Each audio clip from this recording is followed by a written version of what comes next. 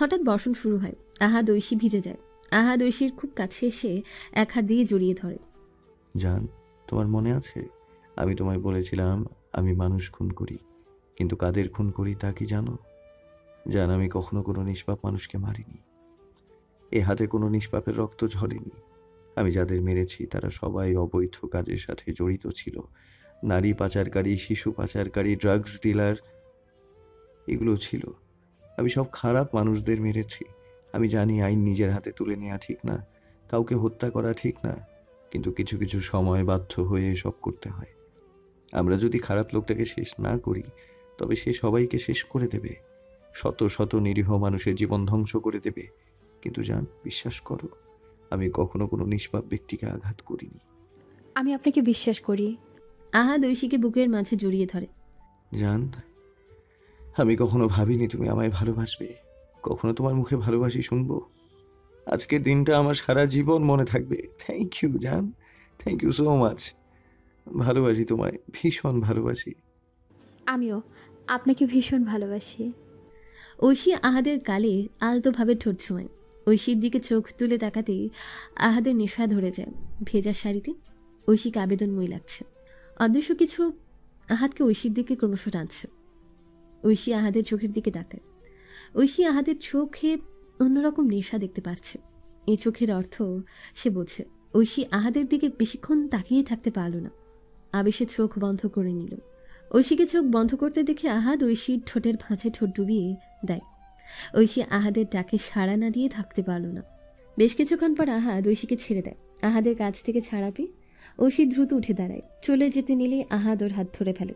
ঐশী থেমে যায়। ঐশী থেমে থেমে নিঃশ্বাস নিচ্ছে। ঐশীর এভাবে থেমে থেমে নিঃশ্বাস নেওয়াটা আহাদকে ঐশীর দিকে ক্রমশ টানছে। আহাদ ঐশীর হাত ধরে হেঁচকা টান দিয়ে নিজের সাথে মিশিয়ে নেয়। ঐশীর হাত ধরে ঘুরিয়ে ঐশীকে জড়িয়ে ধরে ঘাড়ে মুখ গুজে দেয়। আহাদের স্পর্শে ঐশী কেঁপে ওঠে। বৃষ্টির মাত্রা দ্বিগুণ বেড়ে গেছে। এত বৃষ্টিতে দাঁড়িয়ে থাকাটা সম্ভব হচ্ছে না। আহাদ এবার ঐশীকে কোলে তুলে নেয়।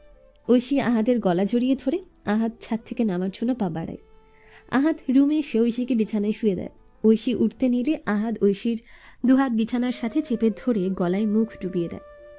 আহাদ ঐশীর ঠোঁটে উন্মুক্ত ঘাড়ে, পিঠে, গলায় ঠোঁট ছোঁয়াচ্ছে। ঐশীও তা আবেশে গ্রহণ করছে।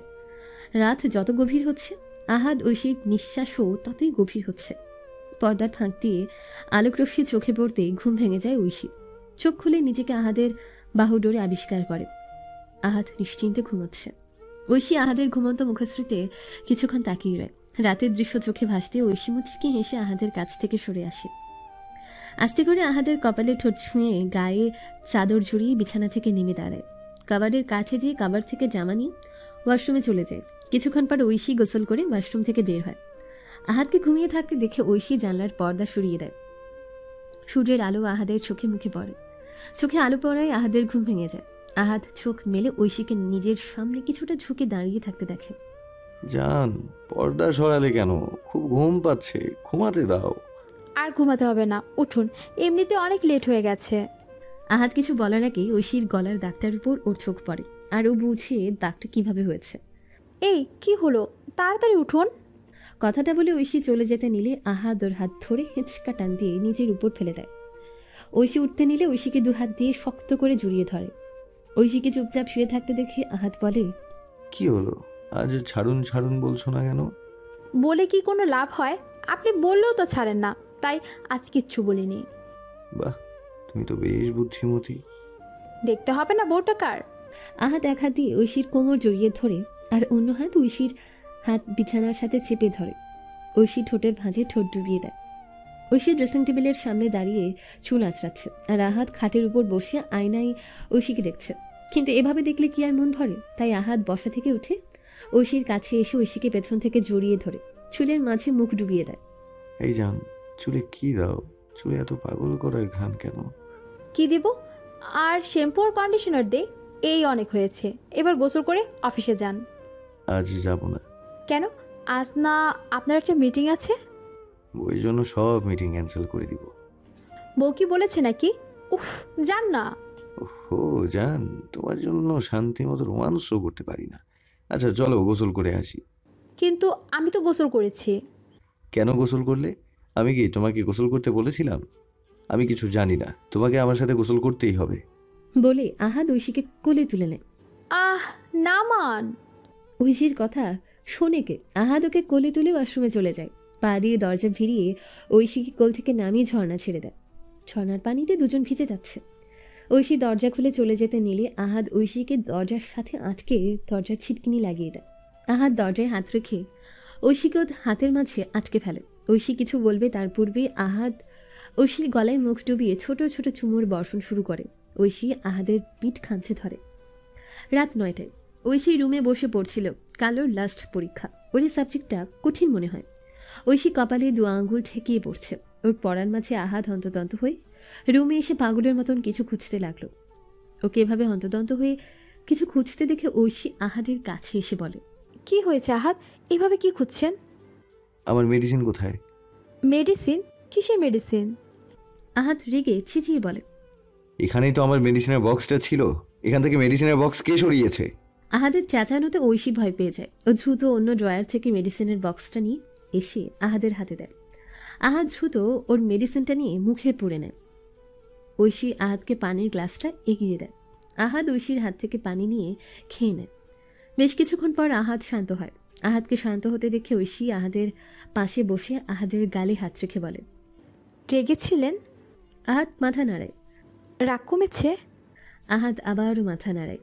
কিসের জন্য এত রেগেছিলেন? কিছু না। কথাটা বলেই মেডিসিনটা নিয়ে আহাদ রুম থেকে চলে যায়। ঐশী আহাদের যাওয়ার পানে তাকিয়ে রয়। একটাই আহাদ বাসায় ফিরে আসে। রুমে এসে দেখে ঐশী বিছানায় বসে সামনের দিকে তাকিয়ে আছে। আহাদ যে এসেছে তা ঐশী বেশ বুঝতে পেরেছে। ঐশী আয়নায় তাকাতেই আহাদকে দেখতে পায়। আহাদের সাদা শার্টে রক্তের দাগ ওর চোখে পড়ে। ঐশী বুঝে যায় আহাদ কোথা থেকে এসেছে, আর এই রক্তটাই বা কিসের। আহাদ ঐশীর সাথে কথা না বলে কাভার থেকে জামা নিয়ে ওয়াশরুমে চলে যায়। গোসল করে ওয়াশরুম থেকে বের হয়ে ঐশীকে বিছানার উপর খাবার নিয়ে বসে থাকতে দেখে। ঐশী আহাদকে ওয়াশরুম থেকে বের হতে দেখে আহাদের কাছে যেয়ে আহাদকে বিছানায় বসিয়ে আহাদের মাথা মুছে দিচ্ছে।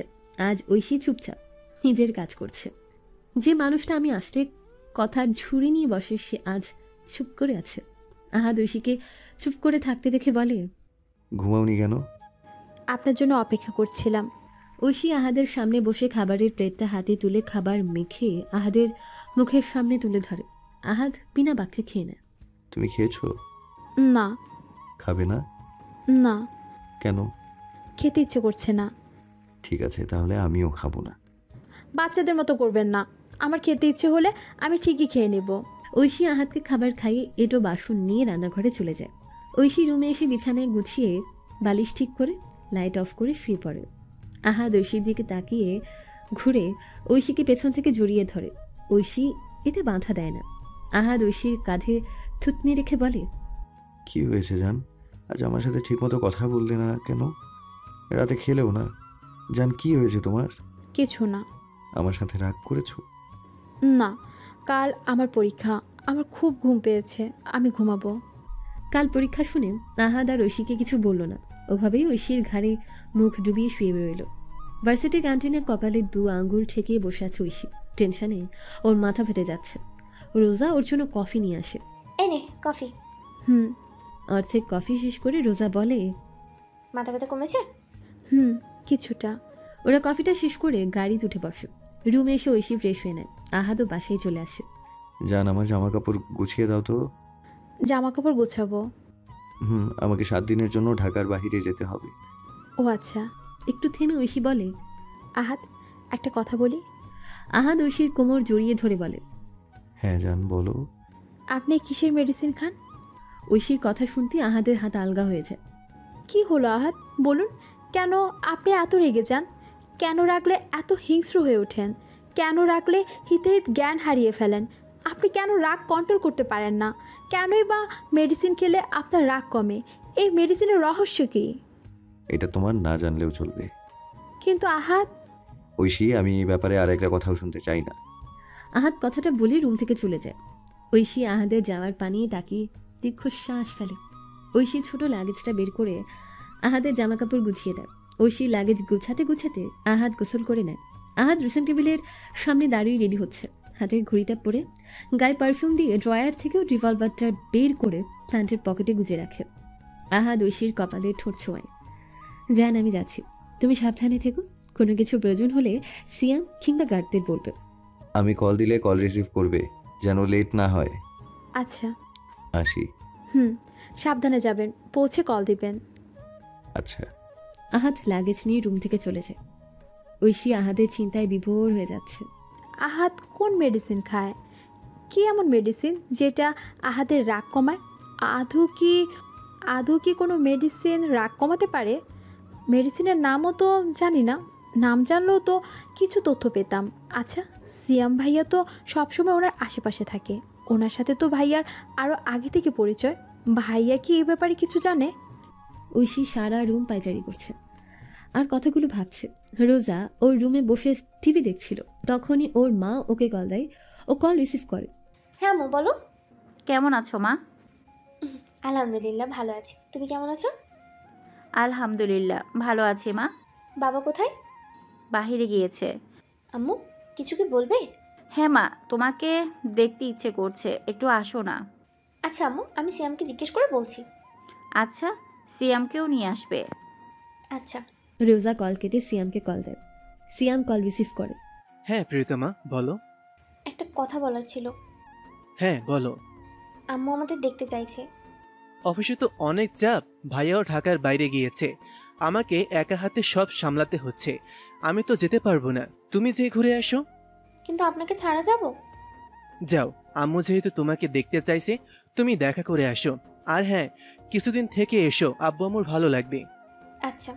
রোজা কল কেটে জামা কাপড় গুছিয়ে রেডি হয়ে ঐশীর রুমে আসে। ঐশী ওকে দেখে বলে, কি রে, কোথাও যাচ্ছিস নাকি? হ্যাঁ আম্মুর কাছে যাচ্ছি, তো তুইও চল আমার সাথে। না রে, তুই যা, আমি না হয় অন্য একদিন যাব। আচ্ছা সাবধানে থাকিস। আচ্ছা, তুইও সাবধানে যাস, পৌঁছে কল দিস। আচ্ছা। রোজা বাসা থেকে বের হয়ে গাড়িতে উঠে বসে। ড্রাইভার গাড়ি স্টার্ট দেয়। রাত 10টায় সিয়াম বাসায় আসে। ও ফ্রেশ হয়ে নিচে এসে ডাইনিং টেবিলে বসে ঐশী এসে সিয়ামকে খাবার বেড়ে দিয়ে নিজের প্লেটে খাবার তুলে নেয়। ওরা একসাথে খাবার খেয়ে নেয়। সিয়াম ওর রুমে বসে ল্যাপটপে কাজ করছিল। হঠাৎ কেউ ওর দরজায় নক করে। কে? ও ভাবি, আসুন ভেতরে আসুন। ঐশী দরজা ঠেলে ভেতরে আসে। ভাইয়া, আপনি কি ব্যস্ত? কিছুটা। আপনি কিছু বলবেন? হ্যাঁ, আপনার সাথে কিছু কথা ছিল, একটু সময় হবে? হ্যাঁ অবশ্যই। আসুন আমার সাথে। ঐশী রুম থেকে বের হয়। সিয়াম ল্যাপটপটা রেখে ঐশীর পিছু পিছু যায়। ঐশী সিয়াম ছাদে চলে আসে। ওরা চেয়ারে বসে। ঠান্ডা বাতাস বইছে। ঐশী চোখ বন্ধ করে ঠান্ডা বাতাস অনুভব করে। ভাবি বলুন, কি বলবেন? ভাইয়া, আপনি তো অনেক বছর ধরে আহাদের সাথে আছেন, তাই না? জি। আপনি তো ওনার সম্বন্ধে সব কিছু জানেন, তাই না? হ্যাঁ, কেন? ভাইয়া, আমি যা জিজ্ঞাসা করব প্লিজ তার সত্যি উত্তরটা দিবেন। আচ্ছা, উনি কিসের মেডিসিন খায়? মেডিসিন খেলে কি রাগ কমে? ভাবি, কথাগুলো আপনি ভাইয়াকে জিজ্ঞাসা করেন, আমি বলতে পারবো না। কেন ভাইয়া, প্লিজ আমাকে এই মেডিসিনের রহস্য বলেন। আহাদ এত রেগে যায় কেন? রাগলে এত হিংস্র হয়ে ওঠে কেন? কেন যে হিতের জ্ঞান হারিয়ে ফেলে? আর কেনই বা মেডিসিনে ওনার রাগ কমাতে পারে? ভাবি প্লিজ, আপনি ভাইয়ার থেকে জেনে নিয়েন। ওনাকে জিজ্ঞাসা করেছিলাম, কিন্তু উনি আমার প্রশ্নের উত্তর দেয়নি।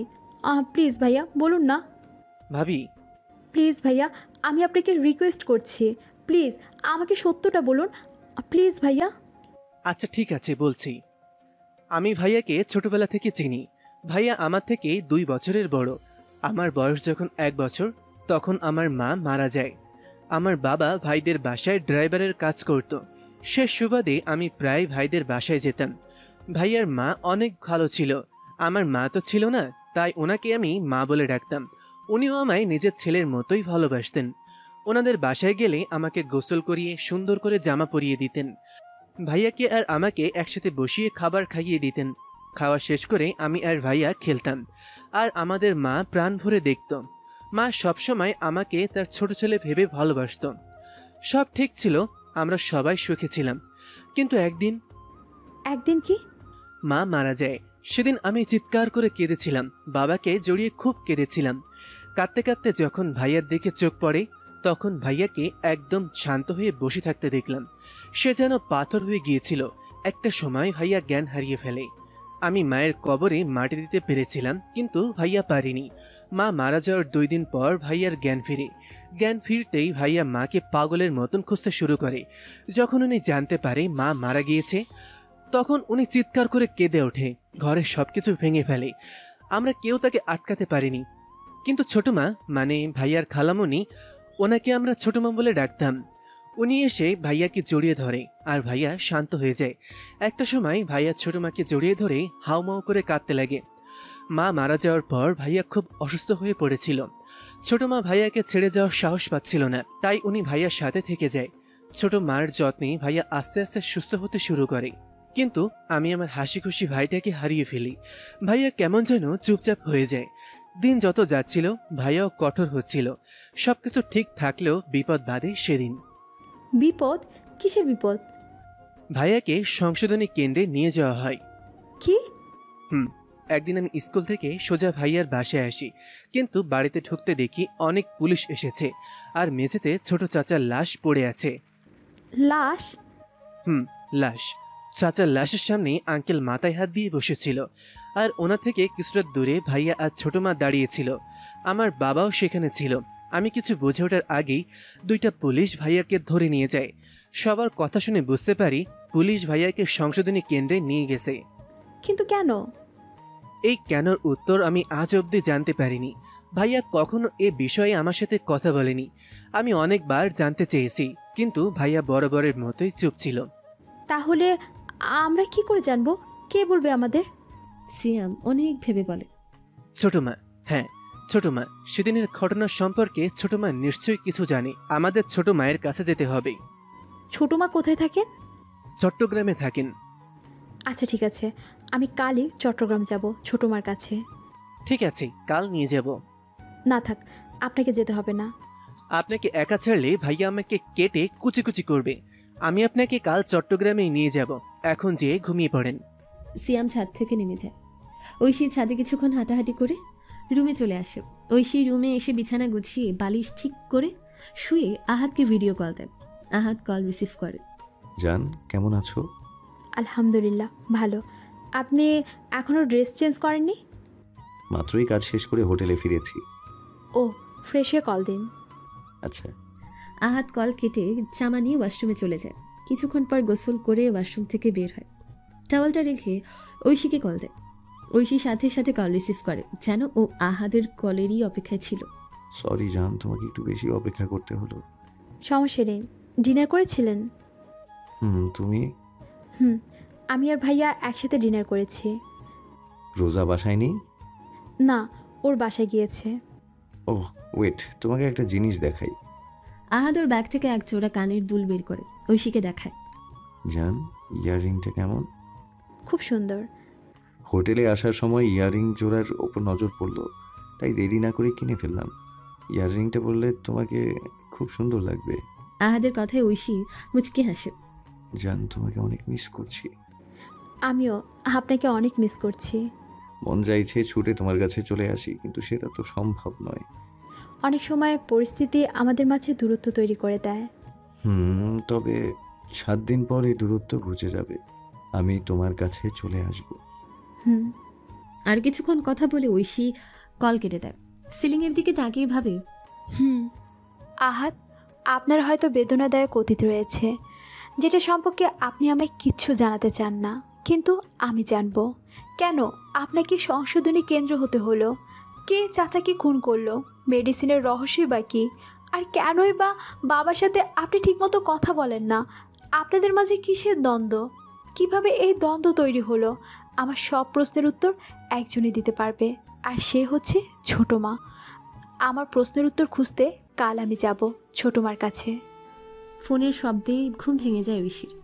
হালকাভাবে চোখ খুলে দেখে আহাদ ভিডিও কল দিয়েছে। ঐশী কল রিসিভ করে ফোনটা বালিশের সাথে কাত করে রাখে। গুড মর্নিং জান। ঐশী চোখ বন্ধ করে ঘুম ঘুম কণ্ঠে বলে, গুড মর্নিং। কি হলো, আমার জানটার এখনো ঘুম ভাঙেনি? আমি থাকলে ঠিক মতো ঘুমাতে পারতে, তাহলে এত বেলা অবধি ঘুমাতে হতো না। আপনি না থাকাতে ভালো মতো ঘুমাতে পেরেছি। আপনি থাকতে তো আমাকে ঠিকমতো ঘুমাতেই দেন না। কি করি আমি? আপনি আমাকে জ্বালাতন করেন। আহাদ দাঁত চিপে হেসে বলে, তাই বুঝি? তো আমি কিভাবে জ্বালাতন করি? আপনি কথাটা বলতে যেয়ে ঐশীর হুঁশ আসে। ভাগ্যিস হুঁশ এসেছিল, না হলে কি বলতে কি বলে ফেলতো। কি জান বলো, আমি কিভাবে জ্বালাতন করি? উফ, রাখুন তো এসব কথা। ঐশী কল কেটে দেয়। আহাদ হাসতে হাসতে লুটোপুটি খায়। আমার বউটা কত বোকা। সিয়াম রেডি হয়ে ডাইনিং টেবিলের চেয়ারে বসে পড়ে। ঐশী নিচে এসে সিয়ামকে খাবার পেড়ে দিয়ে নিজের প্লেটেও খাবার তুলে নেয়। সিয়াম খেতে খেতে বলে, ভাবি, আমার অফিসে কিছু কাজ আছে, আমি সেগুলো করে দুপুরে বাসে আসব। আপনি রেডি হয়ে থাকবেন, আমরা বাসা থেকে সোজা এয়ারপোর্টে যাব। আচ্ছা। সিয়াম নাস্তা করে অফিসে চলে যায়। ঐশী ওর রুমে এসে আহাদকে কল দেয়, কিন্তু আহাদের ফোন বিজি বলছে, তাই ঐশী আর কল দেয় না। কিছুক্ষণ পর আহাদ কল দেয়। ঐশী কল রিসিভ করে। সরি জান, একটা ইম্পর্টেন্ট কল এসেছিল তাই। আচ্ছা, সমস্যা নেই, আমি কিছু মনে করিনি। খেয়েছেন কিছু? তুমি নাস্তা করেছো? হোটেলে নাকি মিটিংয়ে? হোটেলে একটু পর বের হব। ও আচ্ছা, মিটিং শেষ করে কল দিন। ও আচ্ছা। দুপুরে ঐশী গোসল করে দুপুরের খাবার খেয়ে কিছুক্ষণ বিশ্রাম করে রেডি হয়ে নেয়। ঐশী আজ নীল রঙের থ্রি পিস পরেছে। সাজ বলতে জাস্ট ঠোঁটে লিপস্টিক দিয়েছে, আর কিছু না। ঐশী রুমে বসে সিয়ামের জন্য অপেক্ষা করছে। সিয়াম ইতোমধ্যে বাসায় এসে পড়েছে ও ওর রুমে রেডি হচ্ছে। কিছুক্ষণ পর সিয়াম ঐশী রুমে এসে নক করে বলে, ভাবি আসেন। ঐশী ওর ব্যাগটা হাতে তুলে রুম থেকে বের হয়ে বাহির থেকে দরজা লাগিয়ে নিচে চলে আসে। সিয়াম গাড়িতে বসে ঐশীর জন্য ওয়েট করছিল। ঐশী গাড়িতে উঠে বসতে ড্রাইভার গাড়ি স্টার্ট দেয়। বেশ কিছুক্ষণ পর ওরা এয়ারপোর্টে যেয়ে পৌঁছায়। সেখানে সব ফর্মালিটিস পূরণ করে প্লেনে উঠে বসে। ঐশী জানলা দিয়ে বাইরে তাকিয়ে আছে। উপর থেকে সবকিছু কত ছোট এবং সুন্দর লাগছে। বাহিরের থেকে চোখ সরিয়ে ঐশী চোখ বন্ধ করে। হে আল্লাহ, অনেক আশা নিয়ে ছোট মার কাছে যাচ্ছি, দয়া করে আমায় নিরাশ করিয়েন না। 4টায় ঐশী সিয়াম চট্টগ্রামে এসে পৌঁছায়। ওরা এখন গাড়িতে বসে আছে। ছোট মার বাসায় যাওয়ার জন্য রওনা দিয়েছে। সিয়াম ছোট মাকে কল দিয়ে জানিয়ে দিয়েছে ওরা আসছে। কিছুক্ষণ পরই ওরা ছোট মার বাসায় চলে আসে। ঐশী গাড়ি থেকে নেমে দাঁড়ায়। চোখ তুলে তাকাতেই অনেক সুন্দর একটা বাড়ি দেখতে পায়। বাড়িটা একদম রাজপ্রাসাদের মতো। সিয়াম ভাড়া মিটিয়ে ঐশীকে সাথে নিয়ে বড় দরজা দিয়ে ভেতরে প্রবেশ করে। ঐশী সামনে তাকিয়ে দেখে সদর দরজার সামনে একজন মধ্যবয়স্ক মহিলা এবং পুরুষ দাঁড়িয়ে আছে। মহিলার চেহারায় এখনও সৌন্দর্য ফুটে আছে। তিনি গায়ে জড়িয়েছেন আকাশি রঙের জামদানি শাড়ি। গলায় কানে হাতে পরে আছেন স্বর্ণের গহনা। মাথায় তার আধ পাকা চুল। ঐশী ওনাদের দেখে বুঝতে পেরেছে এটা ছোট মা আর ছোট মার স্বামী। ঐশী মাথায় ওনা দেয়। ওনাদের কাছে এসে ওনাদের সালাম করে। ছোট মা ঐশীর থুতনি ধরে মুখটা একটু উঁচু করে বলে, মাশাল্লাহ বৌমা, তুমি অনেক সুন্দর। আসো বৌমা, ভেতরে আসো। ছোট মা ওদের ভেতরে নিয়ে আসে। সার্ভেন্টদের ওদের রুম দেখিয়ে দিতে বলে। সিয়াম ঐশী ওদের রুমে যেয়ে ফ্রেশ হয়ে নিচে চলে আসে। ওরা সবাই লিভিং রুমের সোফায় বসে। বাবা সিয়াম, তোমার বউ আসলো না যে? ছোট মা ওর বাবার বাড়িতে গিয়েছে। ও, আর আহাদ? ভাইয়া কাজের জন্য 7 দিন ঢাকার বাইরে গিয়েছে। ও, ছোট মা এবার ঐশীকে বলে, তোমাকে দেখার খুব ইচ্ছে ছিল। আমি অসুস্থ ছিলাম, তাই তোমাদের বিয়েতে যেতে পারিনি। আর ওনার কাজ থাকায় সিয়ামের বিয়েতে যেতে পারিনি। তোমরা কিছু মনে করোনি তো? না ছোট মা, আমরা কিছু মনে করিনি। আহাদকে কত করে বললাম তোমাকে যেন নিয়ে আসে, কিন্তু ও একাই চলে আসে। উনি এর আগেও এসেছিলেন? কেন, তুমি জানো না? ও তো 10 দিন পর পরই আমাদের কাছে আসে। আমাদের না দেখলে নাকি ওর ভালোই লাগে না, তাই তো আমার পাগল ছেলেটা আমাদের কাছে ছুটে আসে। ও, আমার কাছে আসলেই তোমার প্রশংসা করে। ছোট মা, ঐশী এটা করে ওটা করে, আমার যত্ন করে, আমাকে ভালোবাসে, মানে 3 রাত শুধু তোমারই প্রশংসা করে। আমার ছেলেটা তোমাকে অনেক ভালোবাসে। কিন্তু আপনার ছেলে যে আমাকে ধোঁয়াশার মাঝে রেখেছে। মানে? সে আমাকে তার অতীতের সম্পর্কে কিছু বলেনি, এমনকি আপনার সম্বন্ধেও কিছু বলেনি। আচ্ছা, আমি তো ওনার স্ত্রী, আমার কি ওনার অতীত জানার অধিকার নেই? ছোট মা, আমি আপনার কাছে আমার প্রশ্নগুলোর উত্তর খুঁজতে এসেছি। প্রশ্ন? হ্যাঁ, প্রশ্ন। ছোট মা, আহাদ কিসের মেডিসিন খায়? আদৌ কি মেডিসিন খেলে রাগ কমে? আহাদ এত রেগে যায় কেন? রাগলে এত হিংস্র হয়ে ওঠে কেন? কেন সে হিতাহিত জ্ঞান হারিয়ে ফেলে? আর কেনই বা মেডিসিনে ওনার রাগ কমাতে হয়? এই মেডিসিনের রহস্য কী? কেন আহাদকে সংশোধনী কেন্দ্রে যেতে হলো? কে চাচাকে খুন করলো? মায়ের মৃত্যু বা হলো কিভাবে? আর কেনই বা বাবার সাথে আহার ঠিকমতো কথা বলেন না? ওনাদের মাঝে কিসের দ্বন্দ্ব? কিভাবে এই দ্বন্দ্ব তৈরি হলো? বলুন ছোট মা, আমি আমার প্রশ্নের উত্তর চাই। প্লিজ ছোট মা, বলুন, প্লিজ বলুন। শান্ত হও বৌমা, আমি তোমার কৌতূহল ভয় বুঝতে পেরেছি। চিন্তা করো না, তোমার সব প্রশ্নের উত্তর দেব আমি তোমাকে। আর দোহাসের মাঝে রাখবো না। আহাদের অতীত সম্পর্কে তোমার জানার অধিকার আছে, তোমার থেকে আর কিচ্ছু লুকোবো না। কিন্তু তোমাকে আরেকটু অপেক্ষা করতে হবে, আমি রাতে তোমাকে সব বলবো। ঠিক আছে ছোট মা, আমি অপেক্ষা করব। যাও, এখন তোমার রুমে যেয়ে রেস্ট করো, রাতে কথা হবে। ছোট মা সোফা ছেড়ে উঠে ওনার রুমে চলে যান। ঐশী ওর রুমে চলে আসে। রুমে আসতে আহাদ কল দেয়। ঐশী কল রিসিভ করে। আমার জানটা কি করছে? এই তো বসে আছি, আপনি কি করছেন? আর কি করব, কাজ করছি। কবে যে এই কাজ শেষ হবে? ধৈর্য ধরুন, ধৈর্যের ফল মিষ্টি হয়। তাই বুঝি? আমি সেই মিষ্টি খেতে চাই। এই, আমি কিন্তু সেটা মিন করিনি। তাতে আমার কি? আমি তো সেই মিষ্টিই চাই। ধ্যাত। এখন বাজে 7টা। ঐশীর কিচ্ছু ভালো লাগছে না, ক্লান্ত লাগছে। ও বিছানায় শুয়ে পড়ে। শরীর ক্লান্ত থাকায় নিমিষেই ঘুমিয়ে পড়ে। ঐশীর ঘুম ভাঙে 9টায়। ও বিছানা ছেড়ে উঠে ফ্রেশ হয়ে নিচে চলে আসে। লিভিং রুমে আঙ্কেল আর সিয়াম বসেছিল। ছোট মা ওনার রুমে আছে। ঐশী ওনাদের সাথে কিছুক্ষণ কথা বলে। 10টার দিকে ওরা সবাই খেতে বসে। খাওয়া দাওয়া শেষ করে ওরা আবার লিভিং রুমে চলে আসে। ছোট মা ওনার রুম থেকে একটা অ্যালবাম নিয়ে আসেন। সেন্টার টেবিলের উপর অ্যালবামটা রেখে একটা ছবি বের করে। এ দেখো বৌমা, এই হলেন আসিয়া বেগম, তোমার শাশুড়ি মা। বাহ, উনি তো অনেক সুন্দর ছিলেন। আপা, অনেক সুন্দর ছিলেন। ওনার পিছে যে কত ছেলে ঘুরেছে তার হিসেব নেই, কিন্তু শেষমেশ উনি দুলা ভাইয়ের প্রেমেই পড়েন। ওনারা ভালোবেসে বিয়ে করেছিলেন? 6 বছর পর ওনাদের ভালোবাসা পূর্ণতা পায়। ছোট মা আরেকটা ছবি বের করে বলেন, আসাদ শেখ, আহাদের চাচা। উনি একে একে ওনার বিয়ের ছবি, আসিয়া আয়মানের বিয়ের ছবি, ওনার ছেলের ছবি, আসিয়ার সাথে ওনার ছবি, আহাদ সিয়ামের ছোটবেলার ছবি দেখায়। তুমি হয়তো আমার নাম জানো না, আমার নাম মরিয়ম বেগম, আর উনি আমার স্বামী হামিদ খান। আমাদের একটা ছেলে আছে, ও বর্তমানে বিদেশে আছে। ও বৌমা, এবার আমি তোমার প্রশ্নের উত্তর দেব। উনি কিছু বলবে তার আগেই ঐশীর ফোনে কল আসে। ঐশী ফোন হাতে তুলে দেখে আহাদ কল করেছে। ছোট মা, আহাত কল করেছে। উনি জানে না আমি এখানে এসেছি। এখন কি করব? কল রিসিভ করে স্বাভাবিকভাবে কথা বলো। আচ্ছা। ঐশী কল রিসিভ করে। জান, কল রিসিভ করতে এত লেট হলো কেন? আসলে ঘুমিয়েছিলাম, একটু অসুস্থ বোধ করছিলাম, তাই চোখে ঘুম চলে এসেছিল। আমার এখনও খুব ঘুম পাচ্ছে। কাল কথা বলি। আচ্ছা, বেশি খারাপ লাগলে মেডিসিন খেয়ে নাও। আচ্ছা নিজের যত্ন নিতে ভুলবে না। আচ্ছা। ঐশী কল কেটে দেয়। হ্যাঁ ছোট মা, বলুন। আমি শুরু থেকে শুরু করছি। আমার নাম মরিয়ম বেগম, আমি পেশায় উকিল, উনিও পেশায় উকিল। আমরাও ভালোবেসে বিয়ে করেছি। আমি আর আপা, আমরা 2 বোন। আপন বলতে তখন দুনিয়াতে কেবল আপা আর হামিদই ছিল। আবা যখন ভার্সিটিতে অনার্স প্রথম বর্ষের ছাত্রী ছিল, তখন আয়মান ভাই ওই ভার্সিটিতেই শেষ বর্ষের ছাত্র ছিলেন। আয়মান ভাই আপাকে প্রথম দেখাতেই ভালোবেসে ফেলেন। আস্তে আস্তে আপাকে ইমপ্রেস করতে শুরু করে। একটা সময় ভাইয়ার ডাকে আপা সাড়া না দিয়ে থাকতে পারে না। আস্তে আস্তে কথা বলা শুরু হয়, তারপর প্রেম। আমাদেরও বাবা মা ছিল না, আয়মান ভাইয়েরও বাবা মা ছিল না। ওনার আপন বলতে শুধু এক ভাই ছিল। উনি ওনার ভাইকে ছোট থেকে মানুষ করেছেন। আয়মান ভাই ওনার ভাইকে অনেক ভালোবাসতেন। দেখতে দেখতে কেটে যায় অনেক বছর। আপার পড়াশোনাও শেষ হয়, ভাইয়াও একটা প্রাইভেট কলেজে প্রফেসর হয়ে যায়। একটা সময় ওনারা বিয়ে করার সিদ্ধান্ত নেয়, আমরাও তাতে আপত্তি করি না।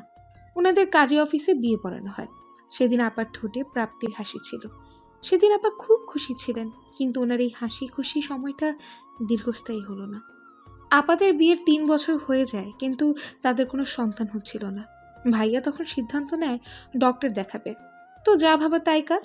ওনারা 4-5টা হসপিটালে চেক আপ করে, কিন্তু সবাই বলেছে সমস্যাটা আপুর, ভাইয়ার না। শেষমেশ ওনারা ইন্ডিয়ায় যেয়ে চেক আপ করেন। সেই ডক্টরের কথা শুনতেই আপার সকল আশা নিমিষেই শেষ হয়ে যায়। ডক্টর রিপোর্ট দেখে ওনাদের বলে, সরি টু সে, বাট আপনার 80% মা হওয়ার সম্ভাবনা নেই। আপনি হয়তো আর কখনোই মা হতে পারবেন না।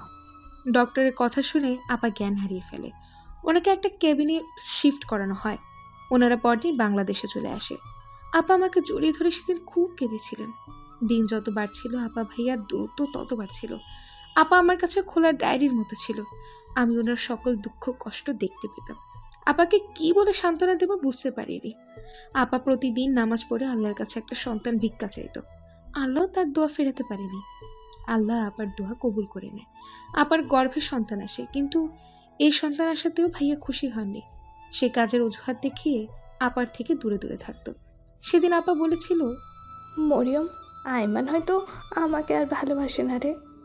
এতদিন বাচ্চা না থাকাতে আমার থেকে দূরে সরে থাকতো, কিন্তু এখন তো আমাদের সন্তান আছে, তাহলে কেন ও আমার থেকে দূরে সরে আছে? আমি কি করেছি বলতে পারিস? ও কেন আমাকে আগের মতো ভালোবাসে না? কই, আগে তো আমাকে ছাড়া এক মুহূর্তও থাকতে পারতো না, তবে এখন কেন এত অবহেলা করছে আমায়? কেন এত অবহেলা করছে? আপা শান্ত হও, সব ঠিক হয়ে যাবে। সেদিন আপাকে সান্ত্বনা দিয়েও লাভ হয়নি, কারণ আপা ঠিক বলেছে, ভাইয়া সত্যি আপাকে আগের মতো ভালোবাসে না। আপার কোল আলো করে আহাত এলো। ভাইয়া আহাতকে কোলে নেননি, না তো ভালো মতো দেখেছেন। ভাইয়া কেন এমন করছিল জানতাম না। এরই মাঝে কেটে যায় 4টি বছর। আমার এবং হামিদের বিয়ে হয়ে যায়। দেখতে দেখতে আহাত বড় হয়ে যায়। ওর আধো আধো গলায় ছোট মা বলার ডাকটা আজও আমার কানে বাজে। আহাতকে পেয়ে আপা একটু হলেও কষ্ট ভুলে থাকার চেষ্টা করেছে। একদিন আয়মান ওর বাসায় আসে। আসিয়া তখন আহাতকে ঘুম পাড়াচ্ছিল। দরজায় নক করতেই আসিয়া দরজা খুলে দেয়। আয়মান ভেতরে আসে। আসিয়া ওকে দেখে বুঝে যায় আয়মান ড্রিঙ্ক করেছে। আয়মান আসিয়ার পাশ কাটিয়ে বিছানায় শুয়ে পড়ে। মুহূর্তের মাঝেই ঘুমিয়ে পড়ে।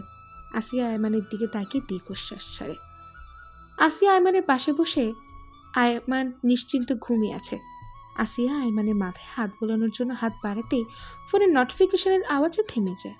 আয়মানের ফোনটা হাতে তুলতে আসিয়া থমকে যায়। আসিয়ার চোখ থেকে জল গড়িয়ে পড়ে। আসিয়া মেসেজ অপশনে যেয়ে মেসেজগুলো পড়তে শুরু করে। আর মেসেজগুলো পড়ে আসিয়া বুঝতে পারে সীমা নামের মেয়েটির সাথে আয়মার সম্পর্কে জড়িয়েছে। মরিয়মের কথায় ঐশী অবাক হয়ে বলে, বাবা অন্য নারীতে আসক্ত ছিলেন, পরকীয়া জড়িয়ে পড়েছিলেন। আসিয়ার চোখ থেকে অঝোর ধারায় জল গড়িয়ে পড়ছে। ও ভাবতে পারেনি ওর আয়মান ওকে এইভাবে ধোকা দেবে। আসিয়া চোখ মুছে আয়মানের দিকে তাকায়। আয়মানের কাঁধে গলায় কামড়ের দাগ স্পষ্ট বোঝা যাচ্ছে। আসিয়ার আর কিছুই বুঝতে বাকি রইল না। ও দৌড়ে ওয়াশরুম যেয়ে দরজা লাগিয়ে ডুকরে কেঁদে ওঠে। সেদিন আমাকে আপা সব বলেছিলেন। আপা পরদিন ভাইয়াকে সীমার কথা জিজ্ঞেস করে। বলো আইমান, কে এই মেয়ে? এই মেয়েটার জন্য তুমি আমার ছেলের থেকে দূরে সরেছিলে? আইমান, কেন করলে এমনটা? কেন আমাকে এভাবে ধোকা দিলে? ওই বাজে মেয়েটার জন্য কেন আমাকে এতটা কষ্ট দিলে?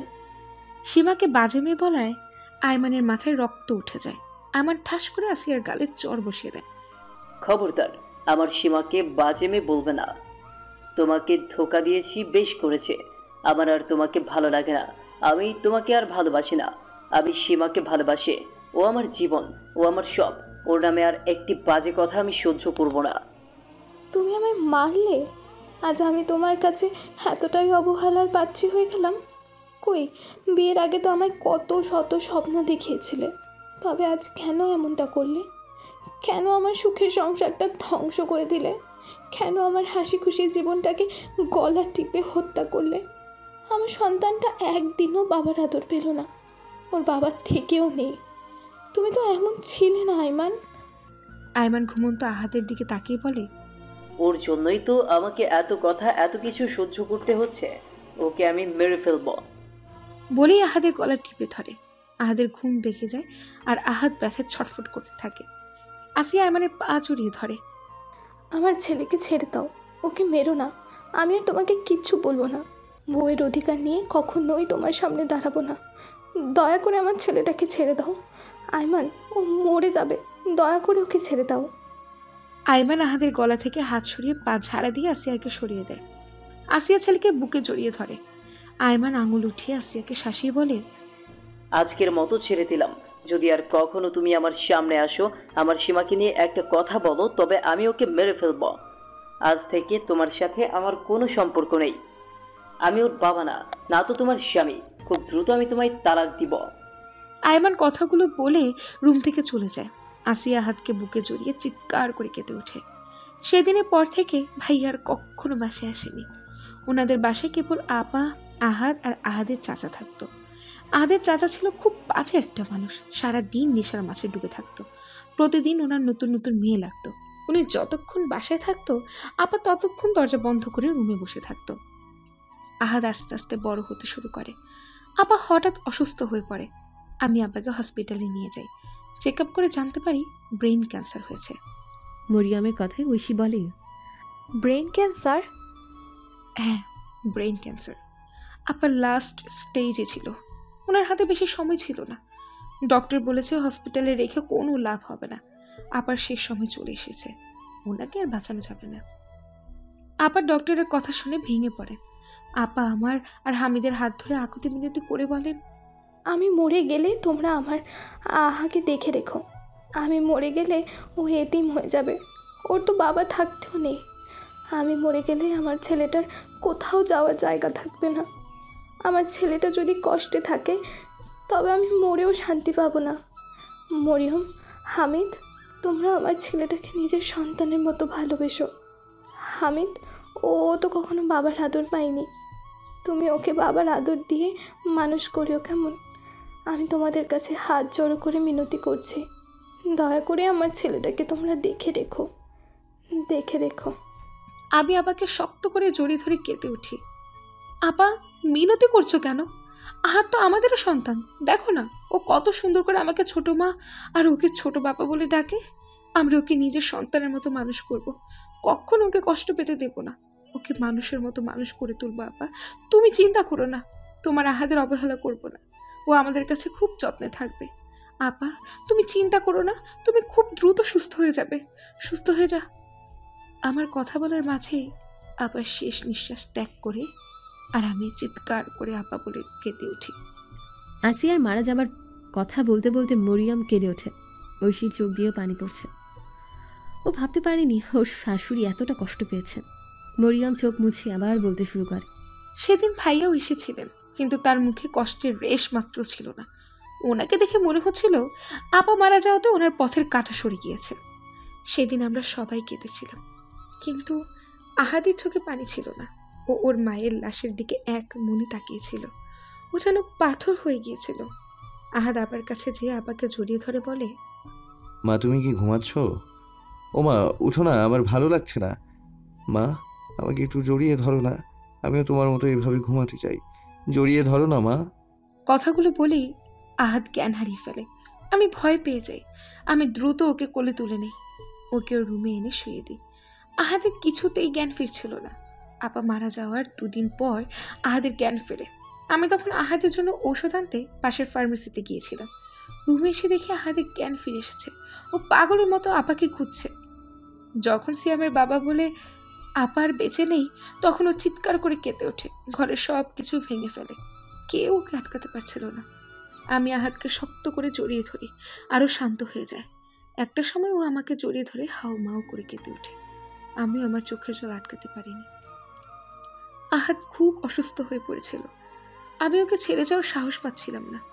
তাই আমি আর হামিদ আহাদের বাসাতেই থেকে যাই। আমাদের ইচ্ছে ছিল আহাদ সুস্থ হলে ওকে নিয়ে যাব। অসুস্থ শরীর ও জার্নি করতে পারবে না। আস্তে আস্তে আহাদ সুস্থ হতে শুরু করে।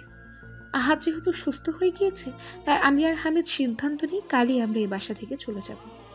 আমাদের ঘরটা এলোমেলো হয়ে পড়ে আছে, তাই আমি হামিদকে বাসায় পাঠিয়ে দিই। আর এটাই আমাদের সবচেয়ে বড় ভুল ছিল। ভুল? হ্যাঁ, ভুল। যদি হামিদকে বাসায় না পাঠাতাম, তবে আর আহাদকে সংশোধনী কেন্দ্রে যেতে হতো না। শোনো তবে, আমি আহাদকে ঘুম পাড়িয়ে নিজেও ঘুমিয়ে পড়ি। ভোর 4টার দিকে আমার ঘুম ভেঙে যায়। আমার খুব তৃষ্ণা পেয়েছিল। আমি উঠে দেখি জগে পানি নেই, তাই পানি আনার জন্য নিচে যাই। আর যাওয়ার পথে আসাদের রুম থেকে আমি আসাদের গলার স্বর শুনতে পাই। কেন যেন আমি থেমে যাই, কান পেতে ওর কথা শোনার চেষ্টা করি। আসাদ ফোনে কাউকে বলছিল, বললেই হলো নাকি, এই সম্পত্তির মালিক আমি। আমাদের 2 ভাইয়ের সম্পত্তির অর্ধেক সম্পত্তি তো আমারই আছে, কিন্তু ভাইয়ের সম্পত্তি হাত পাবে। অপর পাশের লোক, তাহলে তুমি সব সম্পত্তির মালিক হলে কি করে? ভাগিদার তো চলে এসেছে। তা আমি জানি, ভাইয়ের সব সম্পত্তির মালিক এখন আহাত, তাই তো আমি ওকে সে 5 বছর বয়স থেকেই মেডিসিনটা খাওয়াই। কি বলছো? মেডিসিন? কিসের মেডিসিন? হ্যাঁ, মেডিসিন। আসাদ শেখ কখনো কাঁচা কাজ করে না, এত সহজে তো আর আমি সম্পত্তিগুলো হাতছাড়া করতে পারি না। তাই তো হাতকে সেই 5 বছর বয়স থেকেই চকলেটের সাথে মেডিসিনটা মিশিয়ে খাওয়াচ্ছি। এই মেডিসিনের কাজ কি? মেডিসিনটা আস্তে আস্তে ওকে হিংস্র করে তুলবে। একটা সময় ওর ব্রেনের সকল স্নেহ নষ্ট হয়ে যাবে আর ও পাগলে পরিণত হবে। ও পাগল হলে তোর সব সম্পত্তি নিজের নামে লিখে নিতে পারবো। আসাদের কথাগুলো শুনে আমার রুহু কেঁপে ওঠে। আসাদ সম্পত্তির জন্য এতটা নিচে নামতে পারলো, সম্পত্তির জন্য নিজের আপন ভাতিজাকে পাগলে পরিণত করতে চায়। কিন্তু না, আমি তা হতে দেব না। আমি আমার আহাদকে সুস্থ করে তুলব। আমি চুপি সারে আসাদের রুমের কাছ থেকে সরে আসি। জগে পানি ভরে সিঁড়ি দিয়ে উঠতে নিলেই আসাদ পেছন থেকে আমার হাত ধরে ফেলে, আমাকে হ্যাচকা টান দিয়ে নিজের কাছে টেনে নেয়। আমার হাত থেকে জগটা পড়ে যায় আর নিমিষে তা ভেঙে চুরমার হয়ে যায়। কি করছেন আসাদ ভাই? ছাড়ুন আমায়।